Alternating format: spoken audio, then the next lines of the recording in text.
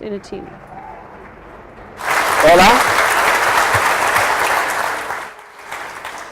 My Spanish is worse than everyone else's, so I think that means it's my turn to start. Gracias.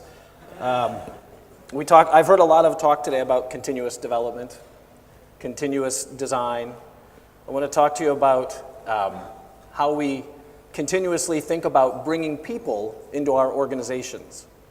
The people, all of you, are the most important things that we have. In fact, show of hands real quick, has anybody here ever had, or does anyone here currently have a job? Okay, then this is a little relevant to you. New jobs, when you have a new job though, that's really awesome, right? The idea of a brand new job is really fantastic, and it can get us excited and inspired. And that's really a great thing. Even if you're doing the same job, just somewhere different, it can be exciting. It might be the mission. It might be whatever. But before that new job starts, there's a lot of investment, emotional investment. Am I going to get this job? Time investment, interviewing, paperwork, more emotional investment, probably a lot of waiting to hear from a recruiter who you don't know if they saw your resume or not.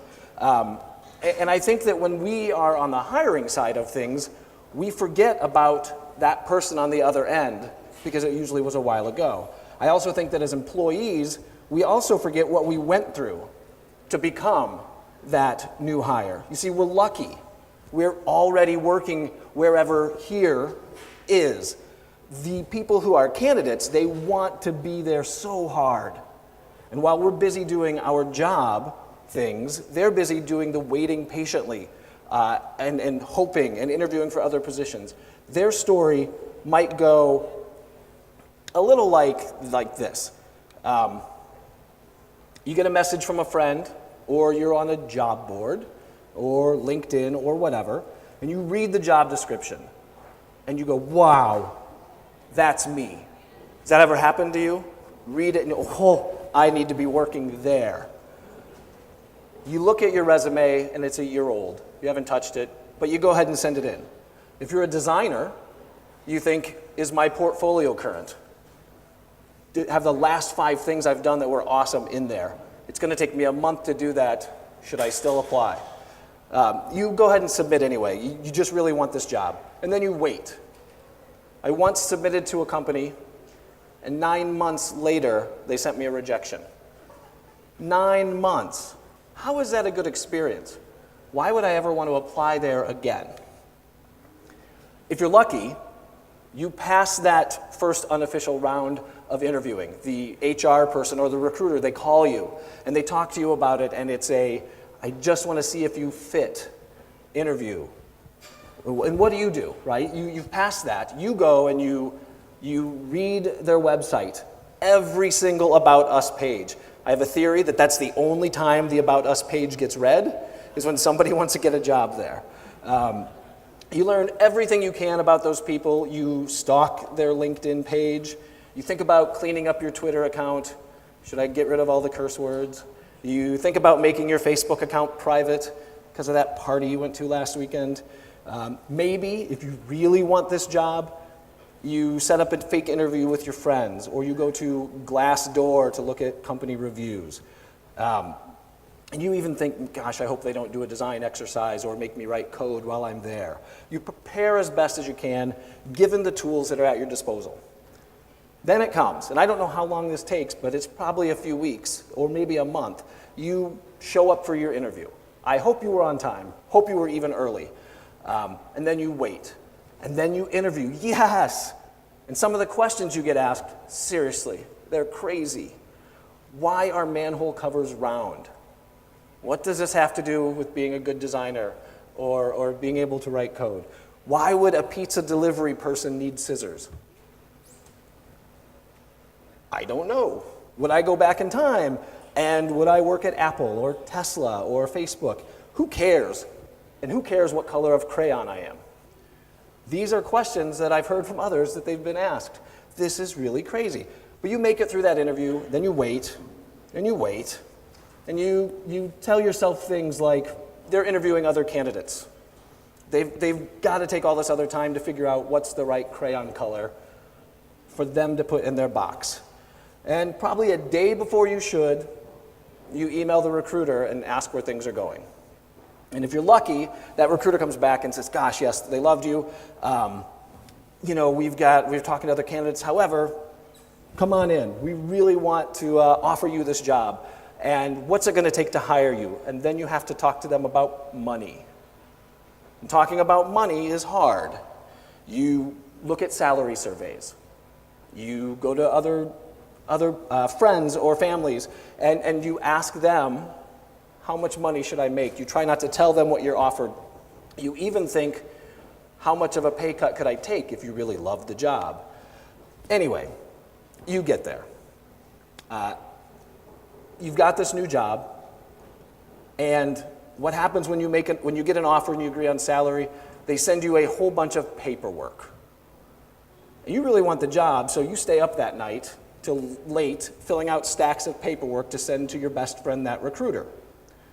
And that paperwork is hard. Where have you lived for the last 7 years? How much is your salary history? We want to do a background check. You send it off, no big deal. And then finally you have a start date, probably 2, 3, 4 weeks in the future. You're staring at your calendar, you're counting down the days. You want to resign. Maybe you really want to resign hard where you're at. And you start thinking about all the new things. Am I going to get a new computer? Am I going to get to work with these new people? Time moves slow. If Tom Petty was at all familiar here, the waiting is the hardest part. He's absolutely right. Then it's here. It's that Friday before you're supposed to start your new job. Maybe you've gotten an email. Here's what's going to happen on Monday, right? Show up by 9, bring a couple of forms of ID. Don't forget to bring a canceled check if you want direct deposit. There's going to be some more paperwork. So Monday comes along, right? You are having a great day. The sky is blue. You're whistling. Commute to the office is awesome. It's exciting. You walk into that office, you head right up to the front desk, and you tell them you're there for a new job. And if you're lucky, somebody's ready for you. They likely tell you, have a seat. And then somebody comes up and brings you in, and they take you to a chair, a room, and here's that stack of paperwork. Really exciting and what you're hoping for. Then, after just a little bit more, you get the most exciting part, the company history, right? This maybe takes 30 minutes or it takes 3 hours. And they talk to you about how wonderful it is, how the company was founded by this, the person did this, patents that they have, nothing that really helps you do the job, and everything that you've already read on their website 30 different times. And maybe if you're lucky, somebody gives you a computer, unless you're a Mac user, and oh my God. Eventually, everything gets taken care of, and that is usually sometime between 10:30 in the morning and 15:30 in the afternoon. Really just depends. It's not consistent how long this is going to take. Maybe somebody will take you where you're supposed to sit. Your boss, who you're supposed to meet, is in a whole bunch of meetings and can't come out, and you just kind of sit there and now what? Right? I mean, there's probably more paperwork. There's training videos that tell you how to save documents. And eventually the day ends. And you go home, and the sky's not as blue as it was when you walked in. It wasn't as great, and you might be wondering, what have I done? Why did I leave an amazing, great job that I had before? Suddenly it wasn't so bad. Maybe you shouldn't have quit so hard. It depends on where you're at, too. Smaller organizations, I think it's a little easier to work people in. I once worked at an organization where I spent nearly 3 months doing not much. It was difficult. I remember wondering what was going to happen. It's also not the first time that I felt like I should be sending out resumes as soon as day one happened. Has anybody else had something like that? You started a new job and it wasn't great? If you're sitting next to your boss, keep your hand down. And I believe that that's a little common. So here's the problem. Most onboarding, beyond the generic corporate stuff, is usually handled by a few people, and I think it's everybody's responsibility.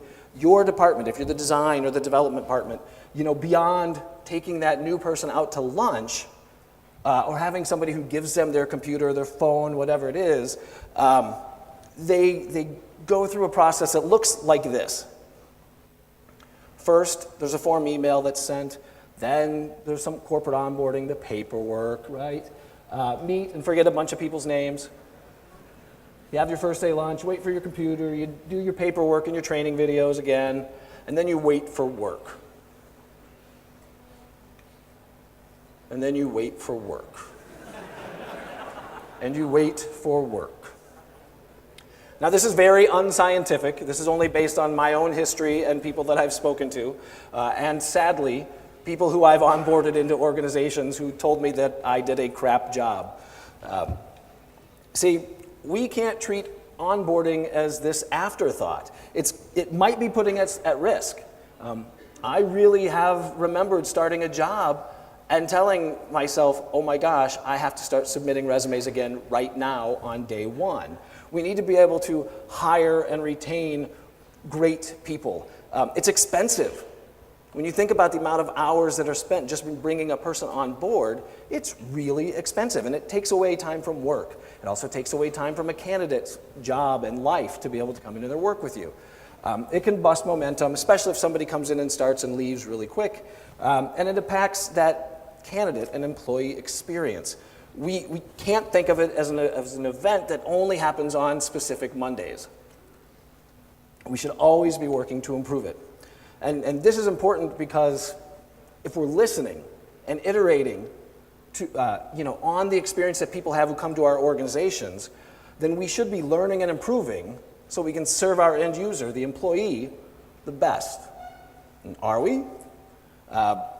I've learned a lot in my experiences, and I've made so many mistakes doing this that I've been lucky enough to learn from a whole bunch of other people and with them to come up with something that has worked well for me. Now, your mileage may vary. I suggest that you hear some of this and see what you can apply. And if you're a hiring manager, there's a lot for you. If you're an employee, there's an awful lot for you as well that you can take and invoke or make yourself part of that process. So I've said that onboarding is an ecosystem because it's really been just that straight flow up until now. Very easily repeatable, paperwork, check boxes, we're done. Also happens with a fairly small group of people. It's got a pretty set start date, day one. It's got a pretty set end date, end of the day, day one. End of the paperwork or end of week one, whatever that is. And I think that's taking an easy way out. I think that we always need to be aware of how everything we put out there, every interaction we have with potential employees is part of their experience. We shouldn't see this as a process, nor as just a single finite event. Instead, there's all these pieces, all these touch points. This is my favorite. I made that last because I have a part on bots later. I do think that all of these things are really important. And I call this an ecosystem because in the middle, there are candidates, humans, employees, at the center of it all. We should know that they're the focus. So why don't we want to make their experience great? We want to make our app a great experience. We want to make our interactions with us a great experience. So why not make sure that our employees get the same great experience? You could do an experience map of all the touch points that an employee has, and you'd probably be surprised at what you uncover. See, we get people into our process, and there's this mentality of, let's get 100 candidates. Let's get the best from this pool of candidates and see if we can get the best one. We don't actually look at this as, let's get all great candidates, and let's find the right person as quickly as we can. You try to play this numbers game of lots of people sending in resumes, you force yourself into a really bad series of processes and systems that aren't meant to handle volume. So you see, going from a candidate experience to an employee experience is the important part. Candidates are like this sketch, right? They're an idea of someone who could be great and perfect for us. The target of our onboarding process is all potential employees. Our goal is to get any person in the process on board and employed. We need to take that candidate sketch and finish it off. We need to go from a candidate experience to the employee experience and then make them this finished product, make them part of our team. So there's a whole bunch of pieces here. Performance profiles, interview guides, the actual interviewing, what the gray box of human resources looks like, and how we pre-board. So performance profiles are like job descriptions, only much more targeted and better, and we'll kind of go through that in a bit, so don't be confused by that one. Then there's things that happen after people start, which is what do we do on day one to make them have a good experience? How do we give them things like a buddy system, teammates to help them navigate their way, give them internal projects to help them be successful, help them get to their first project, and then get feedback and try a few other things. A lot of work goes into getting just the right person started and working effectively and efficiently on their team. Agile teams already know this, and the best way I've seen to bring about the best velocity is to bring people into your organization in a humane way, and in a way that welcomes them. So the onboarding process really should be and deserves to be designed. So I said performance profiles. These are kind of like job descriptions, except there are some big, big differences. Today, I think a lot of people writing job descriptions go through a process like this. Go to the internet, type in the job title you're going to hire for, content strategist. Then you find one that's close to yours, maybe on LinkedIn. And you think, that looks pretty good. So maybe you copy and paste into a document. Then you do search and replace for their company name with your company name. And then you send it off to HR. Has anybody ever done that? Tell the truth. Does anybody just do that? I'm kidding, of course. No one does this, right? No one at all does this. What if we tried something a little bit different? Lou Adler and Jared Spool have done some great work here, and I've borrowed and kind of learned from that. Typical job descriptions, position descriptions, are written like this, right? We want somebody with a degree in X. We want somebody with this much experience. They're really focused on the job. And instead, performance profiles focus on the result. What will this person need to achieve? What's the outcomes I expect from hiring this person? If I ask how many of you have a degree, almost all of you are going to raise your hand, right? Does everybody have a degree? Be honest, raise hands, get active. There we go. Right. Almost everybody has a degree. That's no kidding somebody's going to be able to respond to that. Instead, though, if somebody could achieve this quota in 90 days, you're going to get the person applying who believes, heck yes, I can. And so also what I like about this is these are really good for later in life or work, using them to perform performance reviews, to actually review people. So Lou Adler says that if you want to hire superior people, first define superior performance. You must get everyone to agree on what the person taking the job needs to do to be successful, not what the person needs to have in terms of skills. And Lou's on to something. If you turn your focus to the performance you're targeting, then you're telling people exactly what the job is. You're telling them what it looks like to work here. And how do we define this superior performance? I think we found a way. I've done a workshop. It takes about 2 to 3 hours, and you can get a great head start on writing these performance profiles. Looks a little bit like this, and I'll break down these activities for you really quick. Spend 5 minutes writing down why a new employee that you're hiring would leave the organization. Why would they quit? Then spend 5 minutes writing down why would they get fired. This is some dark stuff. However, once you get those negative things out the way, then you can really focus on why did they get promoted? What was excellent performance for them for the role that we want them to fill? If it's a product designer, what would make them get promoted while they're with us? Then, of those top items, or all those items that you've listed for why they get promoted, let's take a look and vote and prioritize the top reasons. Spend another few minutes on that, And then, for each one of those, which become objectives, write detailed descriptions of those reasons. It looks a little like this. The objective here is participating or leading research for every project, internal or external, that you work on to help drive a user-centered focus for our partners. And you start to put together little pieces you start to put together bullets that define what this looks like. What are the good pieces that you expect from people? Incorporate research findings into an easily understood report. There are people who have done research that have never actually written a report. We want to have those folks. We want to have those folks tell us if they've done that. Now, once you're done with this, and you send it along to your human resources or whomever, also consider sending it to a place like Textio to help remove unconscious bias from it, to make sure that you're opening up yourselves to a broader audience of people who fit this. Now, this is a really targeted position description, if you will, or performance profile. And how it relates to onboarding is that this is really where onboarding starts.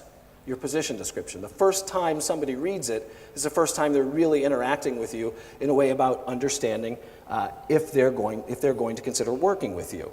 And when you write a strong performance profile, you know that somebody is going to read this and say, this sounds just like me, and they're going to apply because they believe that they can do everything you've written. That means you're getting the right people in the door because they want to work on something that they believe in and they believe that you're doing. Next, from this process of writing these performance profiles, write an interview guide. Is anybody using interview guides? Does anybody have an outline, a set way of interviewing candidates so that every time you do, Noah? Is that a place where you work thing that you do? Did I do that right? No. That's a place that may or may not have started in the book business. Fair? Okay. The interview guide's kind of a continuation of this, right? Once you've fully explored what the objectives are that you're hiring against, now you need to have a way to evaluate the candidates that come in the door. So you map your objectives to good questions. And this is going to give you that consistent framework so everybody's interviewing the same way. It gets the interview questions mapped to the performance profile. You're really setting the stage for consistency. Skip the tricky stuff. Nobody needs to understand why manhole covers are round in the United States. It's not helpful. So once you've written these questions, take the next step and give some context to what good or warning signs look like. It can in fact look like this. How have you determined the best research approach and methods that allow clients to also learn and grow their own capability? Here are a handful of good signs, and here's a handful of warnings. And it maps like this. If you want somebody coming in who's going to seek opportunities to grow and expand the research knowledge of the UX team and the teams of our client partners, what's a really good sign that they can do this? Right there, identifies ways to help and inform and educate client partners. They've told you in the interview that they know how to do that or that they've always helped teach people. A bad way or a warning sign doesn't see value in sharing expertise, wants to hoard things. This allows you, again, to really find the right candidates and have a really good set of evaluation. And then paraphrasing a bit from Lou Adler here, since everyone is using the same set of criteria for interviewing candidates and everyone has agreed upon the performance profile, it's easier to ensure that there's interview accuracy. It helps you find better candidates. It's not just anybody with a degree or anybody who has 5 to 7 years experience. It's people who believe that they can do this and believe that they can prove it to you. And then we get into interviewing. Interviewing can be tricky. I think that a lot of people think that interviewing is where everything starts, but I think that if you've gotten a really strong written profile, performance profile, and interview guide, then it sets yourself up to think about how you want to talk to these folks. For designers, are you doing a portfolio review? And when? Why do we have people doing interviews who aren't even going to be working with the individual? As a hiring manager, will I really spend a lot of time with this person? Or should we have the team members interview them because they're the ones who know what the job is like? Why do we have portfolios requested by a recruiter? And gosh, are they qualified to do that? Are we going to do an assignment? Does anybody ever do a take-home assignment for their job, do a coding assignment or a design thing? Do you pay people for that? You don't pay people? And they do it? Do you know if if those persons have a full-time job, maybe they have 2 jobs because we don't know. Maybe they have to take care of somebody, a child, a parent. What kind of bias are we putting into our own process that only let a certain type of person do well at that or get past it? And so I think you have to think about that. And what do you hope to learn from these exercises? Or are you doing these exercises because I had to do one? And it's really something to think about and where the value is in if you're being fair. I have an interview approach that I like where as a hiring manager or director, I spend kind of the least amount of time with candidates. And looking at some of the work that Lou Adler has done and Jared Spool, I can spend 30 minutes with a candidate and ask just a handful of questions. 3 questions really. Tell me your story, which is really, don't read me your resume, just tell me what you did, what got you into this.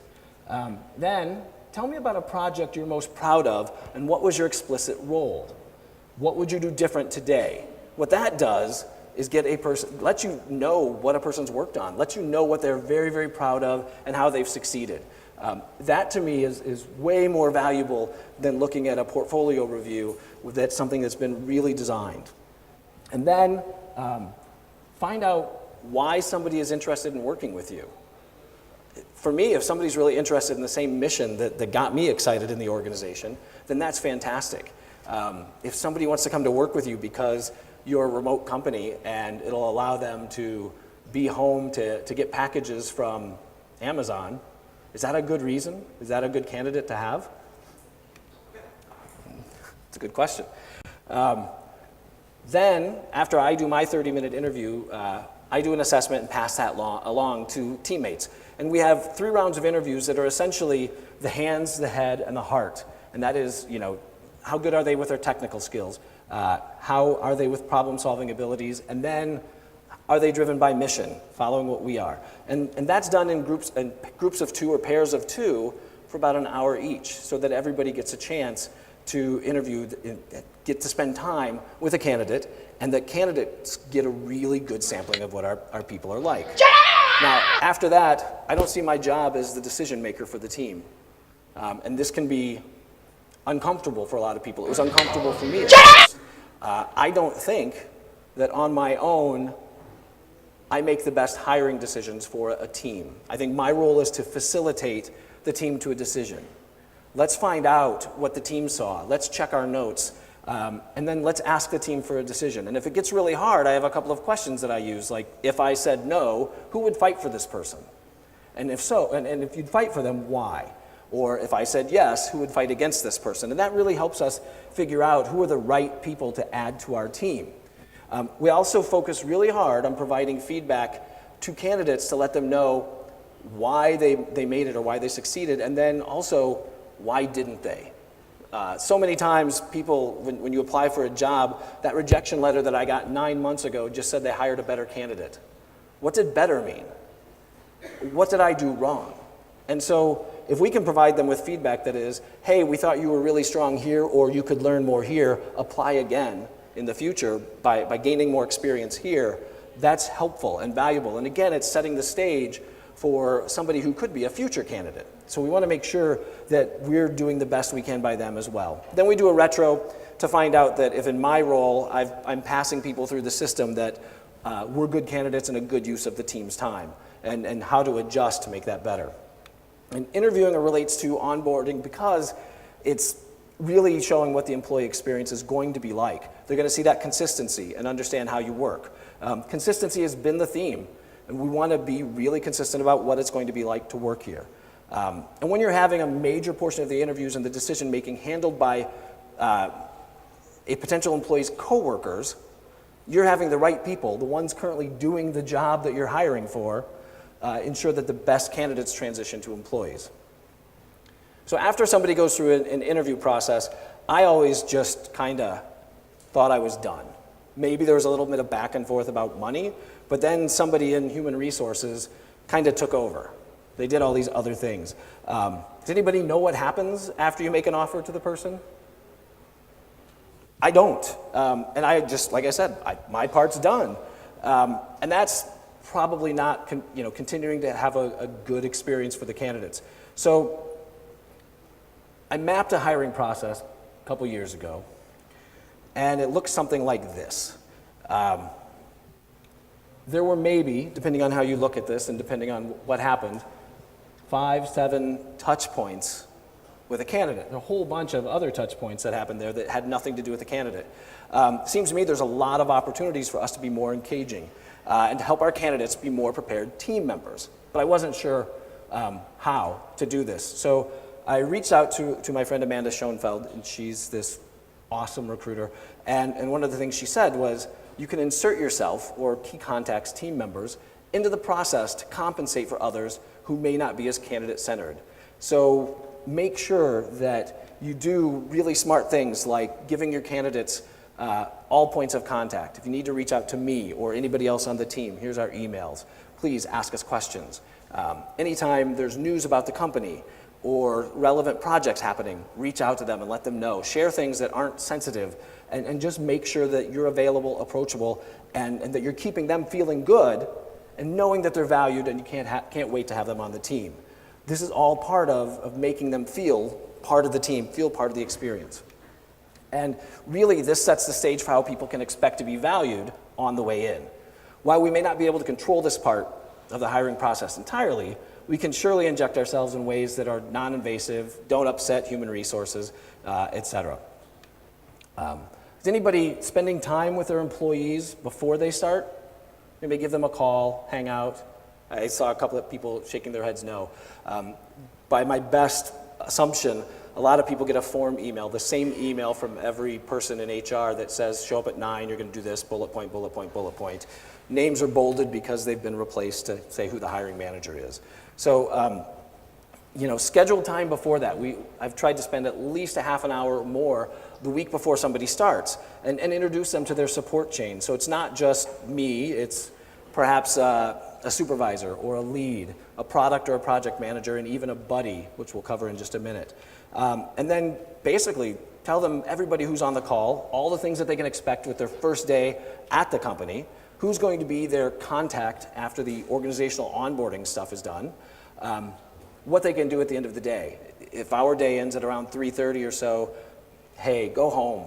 Don't have to spend time with us. Go back and start your life for the rest of the day because it's going to get busy soon. And then things about culture, maybe don't swear in Slack or whatever the system things are. And also, like, what things are weird. All of us have weird things about this. You're going to come in and see a sign that says, don't go into this door. You're going to want to go in there, don't go in there. And then really let them ask questions. Give them the floor. Let them ask you what it's like to work with you. And if you're the hiring manager, the person responsible for them, shut up. Let everybody else give answers and encourage their participation and let them tell the truth, even about the things that aren't so pretty. And then, of course, give all the relevant contact information. Now, this maps to onboarding too, because this is your first real chance to make sure that everything goes smooth when they show up for their first day on the job. So we can avoid that sitting there and going, now what type of thing. You may not have a lot of control here, but you can at least give them kind of a safety net around what happens. So their first day happens, and this is really that day everyone's been waiting for. New person's showing up, unless it's crazy busy and you really don't want that person to interrupt something that's going on or you're fighting a fire. It can be really tough. But this day most likely starts with whatever an HR representative scheduled. After that, it could be IT who gives them their chair, their computer, their phones.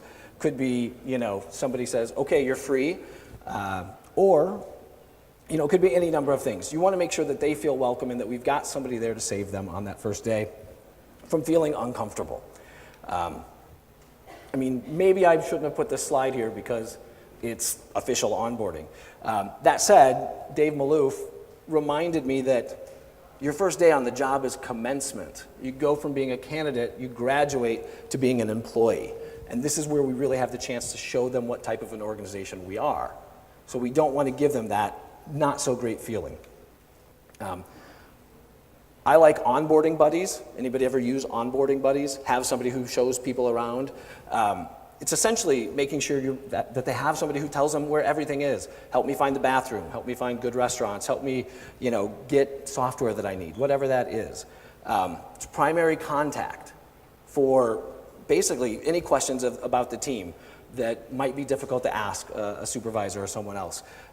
They're really going to be helping and informing, such as sending out an email, getting information about them so we can send out an announcement, talk to them about the org chart or their chain of support, and then check in daily with them to make sure that they're doing okay. And this includes things like all the files are kept on this drive, or whatever those things are. Also, explain how to do things like timekeeping or how to travel, because travel systems are always so much fun. Then introduce them to teammates and introduce them to a buddy handbook or a guide or an intranet that has all this information. I used to work at a place where I called it notmyproblem.companyname.com because that's what everybody would send me to. How do I do this? Go to this intranet website. And you could have a buddy guide that helps your buddy understand what they're doing. And the New York University has a great online buddy guideline document. What I love about this is it tells everybody what the buddy is. Then it's got these great buddy benefits. They say it's a win-win scenario. A buddy can be a strong performer and can be seen as, enhanced leadership and mentoring skills. The new employee gets one-on-one assistance and a jump start, single point of contact, and they get increased employee motivation and retention, shared quality work process, enhanced employee development. So these are all really, really good things to look at and consider. And I love this one. This is a great place to start. Theirs is available online. If you're considering something like this, go take a look. Buddies are the first line of information for new teammates. They don't have to be or have supervisor authority or any sort of obligations. They're just there as support. So as an added benefit, buddy opportunities, they provide leadership opportunities for your own team. If your org chart doesn't allow you to make somebody a senior or a manager, this is an opportunity to help show this and help provide information for you to work on promotions. Additionally, somebody who's just gone through the hiring process makes a great new buddy because they know all the things that you did wrong with them. And they can really help people get past their hurdles. Internal projects, I'm pretty sure that just about every company has an ongoing list of things that are really needed, clean up things, fix it things that they need to do better work themselves. The amount of time and energy that every team has to work on those things, though, is pretty limited. You really have a hard time investing time in making yourself work better because you're doing work to pay the bills. So if you've got a list of internal projects, that's great. This provides an opportunity. When I hire somebody, I like to give them 2 weeks before we put them into their real project or their real job so that they can come in and do work on things that we need to make us grow as an organization. It's also very safe. If you have an internal project and a new hire makes a mistake, it's not going to ruin the company. It's not going to upset a client. There's really no danger other than maybe something's a little late and you can explain why pretty easily.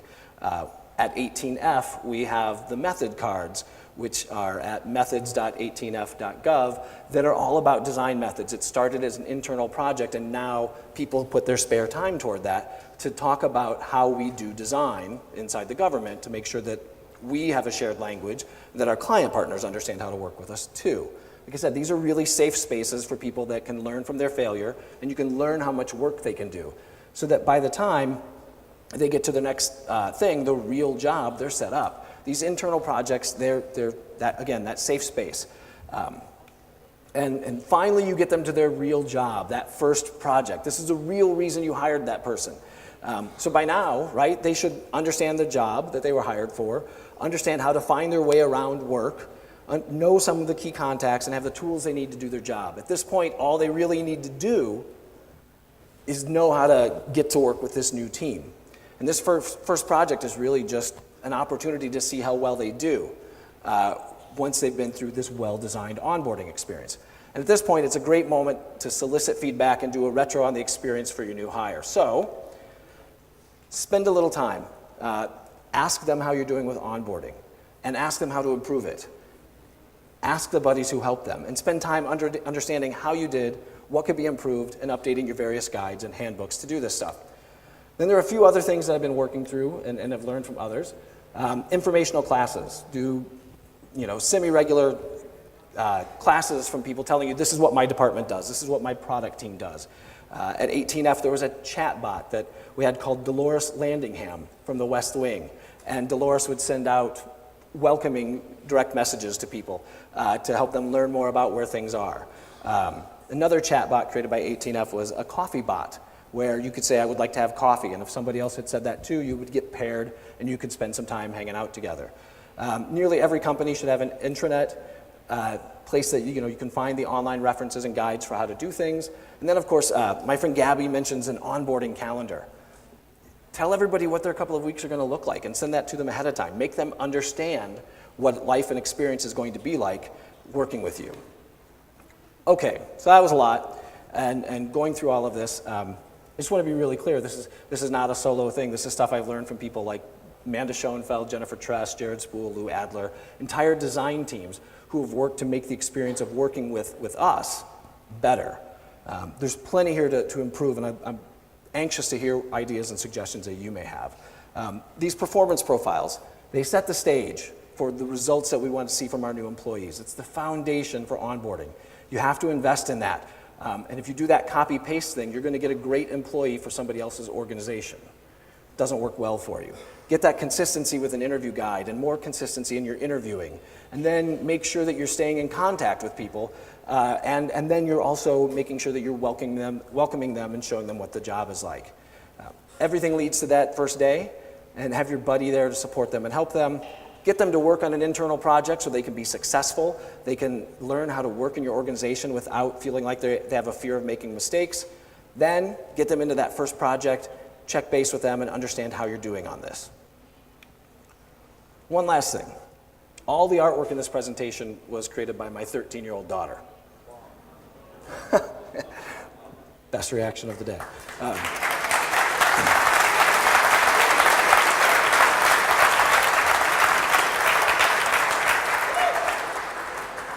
It's a bunch of stuff that she's created over the past couple of years, and much of it fit nicely into the content that I shared today. If you liked it, that applause makes me very warm and is very touching. But if you like it or you have compliments to share, please let me know. I'd love to share with her. And with that, thank you. Gracias.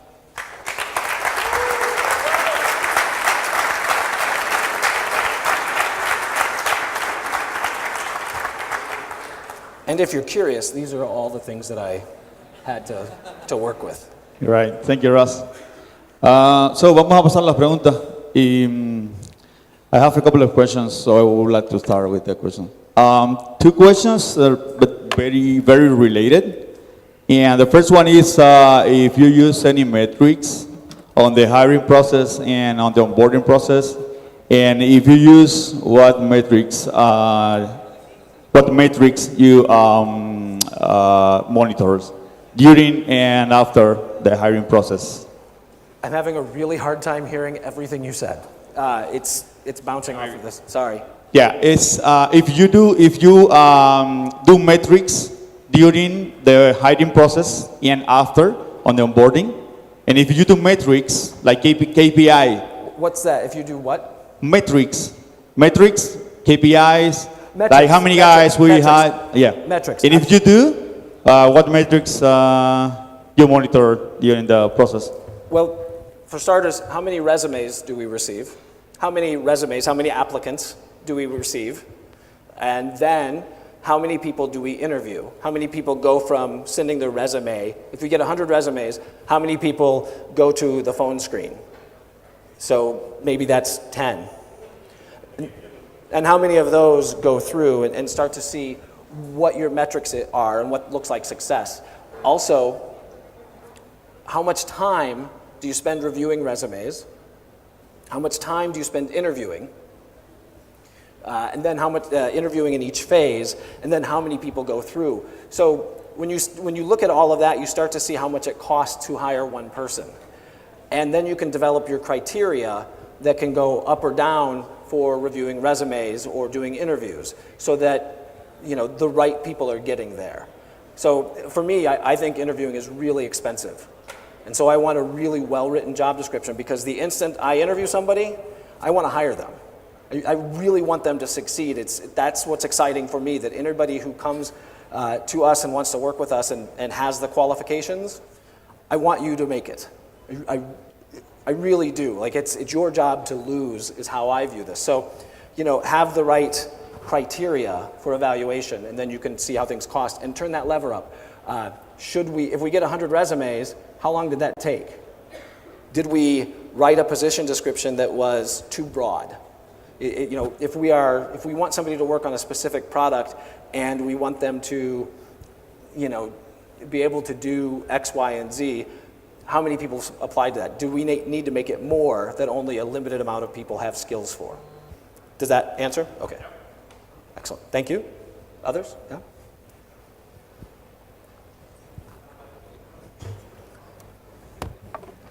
So how do you handle candidates that are just not there yet?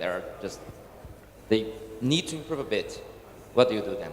Is it part of your onboarding, improving them somehow? How do you handle a candidate who isn't the right candidate? No, well, the candidate that has the right kind of person, but it's not perfect. The candidate has some gaps. How do you handle this? So real quick before you hand that back, have we already hired the person? So this is coming from a perspective that the market, the talent pool is very hard to deal. Okay. There's not a lot of people out there, and you're kind of scraping the bottom of the barrels at some point. For starters, I think you have to ask yourself, can we invest in training somebody? Will that cost us more? Because if a team of 5 are dedicated to a product and you have to pull somebody off to train somebody, what's that do to our velocity or our ability to deliver? How many, if we're working in Agile, how many points does that remove from us? What's it worth more to you to do?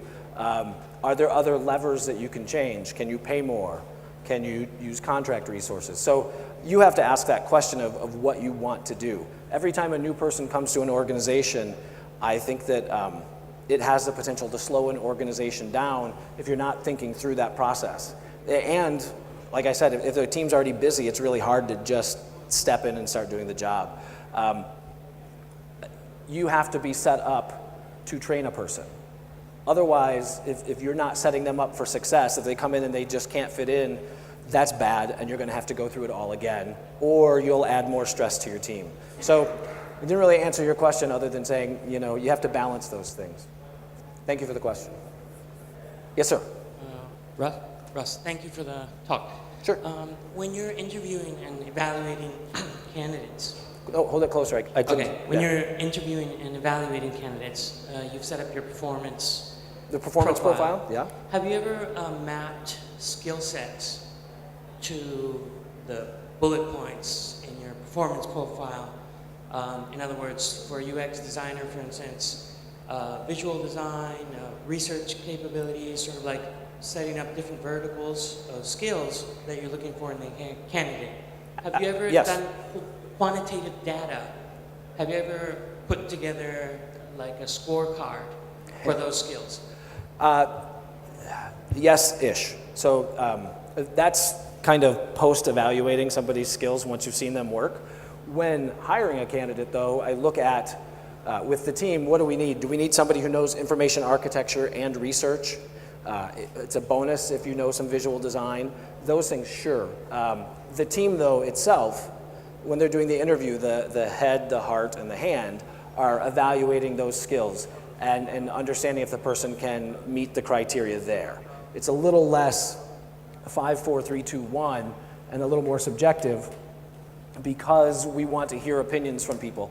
You can apply a number system to that. That's your choice. I gave this person a 5 because X, Y, and Z. So if you do anything quantitative, you have to go qualitative to understand why. Because anybody who supplies a quantitative review of somebody else is being objective or subjective. They're really biased when they do that themselves. It's based on my bar. And so you have to make sure that you're doing that kind of in a fair way and explaining it. Última pregunta. ¿Alguien tiene una pregunta? ¿Allá? Yeah? One question. This person's Last questions. keeping you from the beer. Sorry. It was all me. I apologize. Lo siento. Thank you. Based on your experience of hiring people, what do you think? Businesses buy solutions or buy people? Repeat that last part, please. What do you think? That businesses buy solutions or buy People? people? I think they do both. A lot of times, if a business maybe can't hire to meet a need, they'll buy a company, right? And which they're buying a bunch of people to start a design team. I have bought whole design teams. Some of them buy. So I think sometimes businesses can be a lot like humans in that they're buying a better version of themselves. You want to buy an individual, and I don't like talking about it like that. They want to bring somebody into the organization that is a culture and skill add, not a fit. They want to start to level up. So I think that they want to buy or improve their ability to have skills. And once you start bringing in better skills, everybody learns from that. And a rising tide will lift all ships. So I think companies may buy a group of people to build a skill set. They may also hire individuals to improve themselves, to add value to the organization and the output that the organization creates. I hope that answered your question.